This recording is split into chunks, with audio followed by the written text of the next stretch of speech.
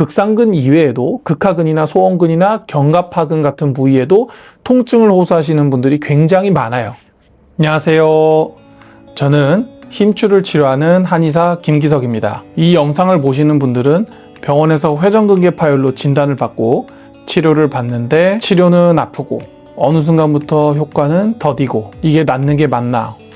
혹시 수술을 해야 하나? 이전으로 돌아갈 수 있을까? 혹시 이런 고민을 하다가 영상을 클릭하지는 않으셨나요? 오늘 영상은 아무리 치료를 해도 낫는 둥 마는 둥 하는 회전근개 파열로 고통받는 분들을 위해 찍었습니다. 한의원에서 환자분들을 진료하다 보면 병원에서 회전근개 파열 진단을 받고 침, 추나, 약침, 충격파, 주사와 같은 이런 각종 치료들을 받지 않은 분들이 없습니다. 그래서 이렇게나 많은 치료를 받고도 효과가 없어서 내원을 하시는 분들이 굉장히 많아요. 거기에는 이유가 숨어 있습니다. 자, 먼저 회전근개란 게 뭔지에 대해서 제가 설명을 드려야 할 것 같아요. 회전근개란 우리 어깨에 있는 4가지의 힘줄을 의미를 합니다. 여기 4가지의 힘줄이 뭐가 들어가 있냐면 극상근, 극하근, 견갑하근, 그리고 소원근, 이렇게 4가지가 있습니다. 이 4개 근육의 힘줄이 바로 회전근개라고 부르는 구조물입니다.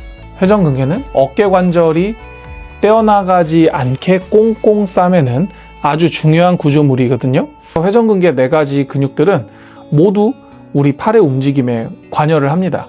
그러니까 팔을 쓰는 모든 동작들이 회전근개에 무리를 줄 수가 있다는 것이죠. 환자분들이 저에게 이런 질문을 합니다. 원장님, 저는 일을 하는 것도 아닌데 왜 회전근개가 파열이 된 것일까요? 회전근개 파열은 어깨를 많이 쓰시는 분들에게도 나타나지만 전혀 거의 어깨를 사용하지 않는 분들에게도 나타납니다. 실제로 주부이신데 운동을 하는 것도 아니고 집안일을 많이 하는 것도 아니신 분이 회전근개가 파열돼서 치료받는 분이 저에게 계십니다. 왜 그럴까요? 회전근개라는 게 단순히 어깨를 많이 쓴다고 해서 파열되는 것이 아니기 때문입니다. 회전근개 파열에 관여하는 요인은 몇 가지가 있지만 그 중에 대표적인 것들을 제가 말씀을 드리면요. 첫 번째로 노화, 두 번째로 과사용, 그리고 세 번째로 어깨뼈의 형태, 마지막으로 고혈압 등이 있습니다. 연구에 따르면 나이가 많을수록 혈압이 높을수록 어깨뼈의 각도가 클수록 그리고 어깨를 많이 사용할수록 파열이 잘 일어난다고 합니다. 결국 젊더라도 그리고 어깨를 많이 사용하지 않더라도 회전근개 파열은 언제든지 올 수 있다는 뜻입니다. 회전근개 파열은 보통 정형외과나 마취통증의학과에서는 주사나 충격파나 도수치료 같은 치료를 하고요. 한의원에서는 침, 추나 약침, 그리고 도침 정도까지 치료를 많이 합니다. 다 좋은 치료인데요.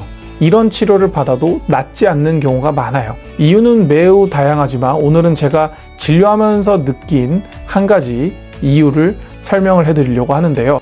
아까 말씀드린 것처럼 회전근개는 극상근, 극하근, 견갑하근, 소원근 4가지가 있습니다. 대부분의 회전근개 파열은 극상근에서 발생을 하게 되어요. 그래서 많은 선생님들이 어깨를 치료할 때 극상근 위주의 치료를 하게 됩니다. 하지만 임상에서 실제로 진찰을 해보면 극상근 이외에도 극하근이나 소원근이나 견갑하근 같은 부위에도 통증을 호소하시는 분들이 굉장히 많아요. 근데 병원에서 치료를 할 때 극상근만 치료를 하고 다른 회전근개 부위는 잘 관찰을 하지 않는 경우가 많으니까 엉뚱한 부위만 계속 치료를 해서 호전이 되지 않는 경우가 꽤 많습니다. 그러니까 극상근의 힘줄 치료로 극상근의 문제는 해결이 되지만 다른 회전근개에 문제가 남아있기 때문에 더 이상 치료 효과가 나타나지 않는 것이죠.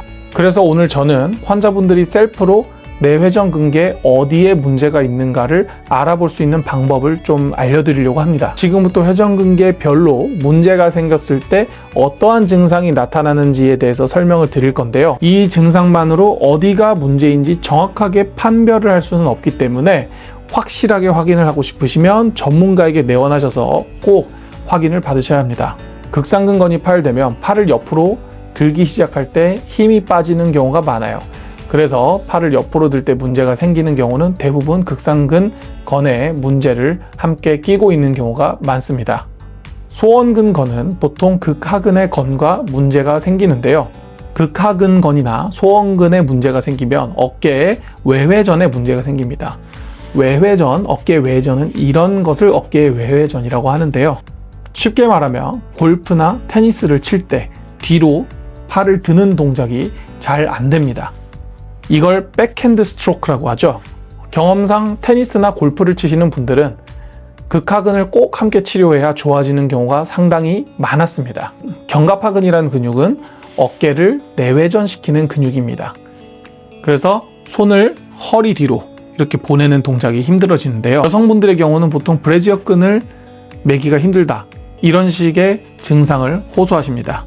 자, 지금까지 어깨에 문제를 일으키는 힘줄 4가지, 극상근, 극하근, 견갑하근, 소원근에 대해서 알아봤어요. 자, 오늘 영상 잘 보셨나요? 병원에서 회전근개 파열로 진단을 받고 치료를 받는데 잘 낫지 않는다면 혹시 내가 극상근만 치료를 받지는 않는가, 거기에 대해서 한번 꼭 점검을 하시기를 권해드립니다. 내가 어떤 동작에서 불편함을 느끼는지를 알면 진짜 문제가 어디에 있는지를 파악을 할 수가 있습니다. 오늘 알려드린 셀프 체크만으로 정확한 진단을 할 수는 없어요. 근육 하나하나를 촉진하고 이학적 검사를 통해 어느 부위가 정확하게 문제인지를 판단하는 과정이 꼭 필요합니다. 그래야만이 낫지도 않는 곳을 반복해서 치료하는 것을 막을 수가 있어요. 혹시 회전근개 치료를 받고 있는데 치료가 더디다고 느끼신다면 오늘 알아본 4가지 힘줄 중 어느 부위를 중점적으로 치료받고 있는지 알아보시기를 바랍니다. 오늘 영상이 도움이 되었다면 구독과 좋아요 부탁드려요. 힘줄 때문에 고생하는 분들이 없어질 때까지 힘줄 한의사가 계속 찾아오겠습니다. 감사합니다.